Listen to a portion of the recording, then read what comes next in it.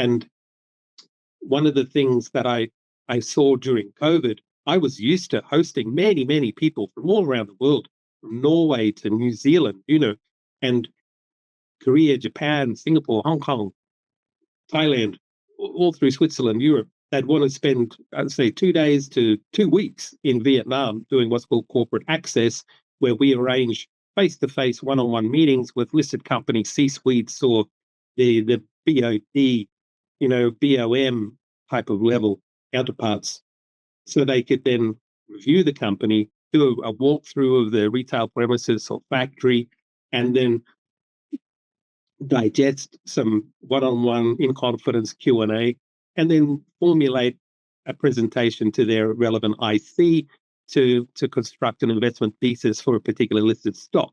But that all shut down during COVID. So with that in mind, by then I'd been fortunate enough to be invited by the chairman of Mirai Asset Securities Vietnam, Mr. So, to see, along with Mr. Kang, the CEO, if I'd like to join Mirai Asset and build and head the institutional department for Mirai Asset Securities. And I said, sure. And they had a lot of resources. So I said to them, we should do a YouTube and make Vietnam still accessible, a YouTube podcast, And so we didn't have any room. And I remember we had our first YouTube channel. It was entered into by the name of just one of the IT staff. So he didn't log it in professionally at the time. He just had it like his personal name because everyone thought it was kind of an interesting idea, but we'll see how it works. And so I thought, well, if we're going to do it, we do it professionally, just like I'd done the face-to-face in Australia, having people there who could communicate their story at a very high level, like Flight Centre, the largest listed travel company.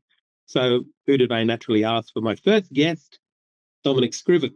And Dominic Scriven, OBE, and he was gracious enough to say yes. And so, do you know, Rick, we didn't even have a studio set up at the time. Our front reception at Mirai Asset Securities Vietnam head office was where we filmed our first interview. And we just sat down, 2 chairs opposite the front reception counter, and we had a whole pile of the staff watching us. And there was an opportunity to just engage and have Dominic's story, Dragon Capital's story, broadcast globally, digitally and very efficiently and safely at the time with COVID to a global audience. And he spoke for approaching 40 minutes. It was a great interview. And he just spoke about many different things about Vietnam. And the outcome of that, I noted they even added as a link onto the Dragon Capital webpage of their own company down the line. I'm not sure if it's still there now, but it had been put up there. And then from that, we ran a very rapid pace series of interviews. Ended up doing about, almost 50 interviews in 3 years with a myriad of guests, and many of them, the global head of the asset management of UOB out of Singapore, he flew to Ho Chi Minh City, and I interviewed him alongside the CEO of UOB Asset Management Vietnam.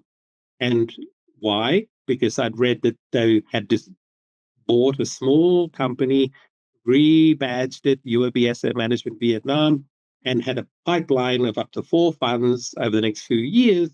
And so I went just cold, and I visited personally, knocked on the door of the company that bought, and the lady who was running it is still now the CEO of UOB AM Vietnam, and she thought it was a great idea, So when I told her we'd had Dominic on, and I said we'd love to support you guys, and so she spoke to Singapore, and the Singapore global head of AM himself said, sure. So if you look at on YouTube, Miri Asset, Stephen Brown, Stephen with a V, go scroll through the playlist, you'll see Dominic Scriven, you'll see UOBAM Vietnam, and that interview had three people, me and the UOBAM global head out of Singapore in person in Ho Chi Minh City alongside his Vietnam CEO.